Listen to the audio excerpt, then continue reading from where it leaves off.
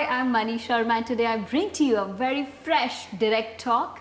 And today we have with us a very esteemed guest, Mr. Bipin Karnik. He has been in Singapore for the past 25 years and has been an industry professional for a glorious 45 years. Today, we are going to talk to him about his NRI1 association and also what keeps him going and regarding his corporate journey. Very welcome, sir. How are you doing today? Namaskar. Namaskar. Jai Shri Ram. Jai Shri Ram. Well, it's a pleasure to be actually interviewed by you. Thank you. Such a beautiful host, and I think that's what will keep our conversation going very well. Hoping so, yeah. Yeah, so all yours. You can ask me all the questions that you need for my corporate journey, for my leadership views, as well as my association with NRI1. Firstly, congratulations. I just got to know that you recently retired after such a long service. Thank you. Thank you so much. Yes, indeed. 45 years has been a long, long time. I actually started off with my career when I was just 19. Okay.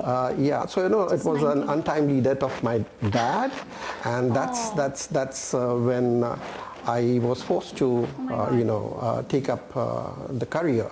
Okay. I just went with the flow, and that took me to different places, and I'm really happy. A very fulfilling journey which I have had on the corporate side and a lot of learning. I'm here to share all of that with you. I'm sure. And learner for life, I think, is something that keeps everything going, right? Yes, absolutely. Because you know what? I think what we need to understand is when you are in the corporate sector, you begin at the very basic level, but you have to be very alert. You have to be very aware. You meet a lot of people. There'll be mentors around you. You have to look for those mentors. You have to learn. Learning, I think, is a continuous process. Definitely. So, as you go ahead, you learn, and that's when it takes you to the next level. I'm sure. And that's exactly what I have been doing. So from a very basic entry level at my corporate journey, I then rose up slowly, took the steps higher up into the ladder, and eventually when I ended my journey, I was handling almost 15 countries in Southeast Asia Pacific. And that has been a tremendous journey. So if you want, we can talk more about that. Mr. Bipin, you have had a long journey, right? You've worked in both the regions, back home in India as well and in Singapore. So I just want to know, how is it like and what is the main difference in working both the regions? Well, when I started my career, that was way back in 1979 when I was just 19 years old. So, wide-eyed about what's happening, not really aware of what a corporate culture is like.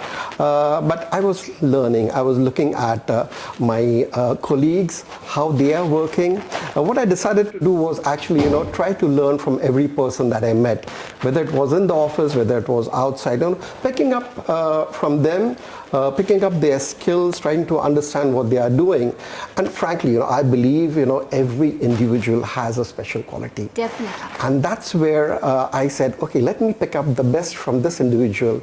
So throughout my corporate journey in India, I think it was more of a learning phase to understand what my company is all about, what our industry is all about, because I come from the TIC sector. Yeah. Now, TIC sector is a very niche. It's basically testing, inspection, and certification services. Okay. So learning all of that was really, really a great journey. I used to sit with every section within my office, trying to understand what they're doing. And I think that's where my upgrading and upscaling of my skills came from. Oh, okay, nice. Learning from them, trying to understand, okay, this is what you do and how does it impact the entire work of that particular sector. I understand, and I think it's only natural for somebody who's just starting out to imbibe from your surroundings and your co-workers and the leaders at large if you want to succeed, right? Exactly. And one should not definitely shy away from that. Yeah. Bipin, I think I'll come back to your question, which was like the difference. Yeah. That was like a limited exposure in the way just within India. and the style of working there was a bit different. Also, in terms of technology, it has been a lot of, to where we were in 1979 and to where we are now.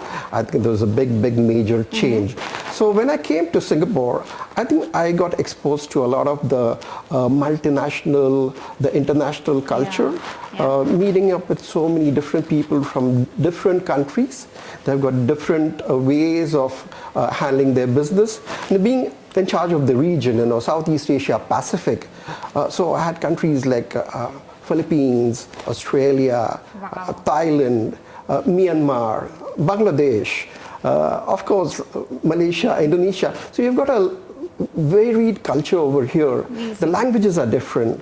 So trying to understand, trying to, go to that level of trying to speak very slowly. So I had to speak very slowly. In India, we used to speak in like paces, the pace is really, like a fast train which goes through the tracks. And here it was trying to speak one word at a time. But then that's how I got to know the people. And then it was a pleasure for me to, understand these cultures, understand how they click. And I think that's been really wonderful. That's a true quality of a regional leader, because you need to keep evolving, keep understanding, keep probably, you need to transport yourself into different cultures, languages, so that you can probably get yourself around in terms of workings also of the organization. Mr. Bipin, so what brought you to Singapore? Was it purely work, or did you really want to? It was purely work, and something I always feel, your destiny just guides you. So I was working with this company in India, of course, the TIC industry. And somewhere I realized that, we need to grow, we need to expand. And I just said to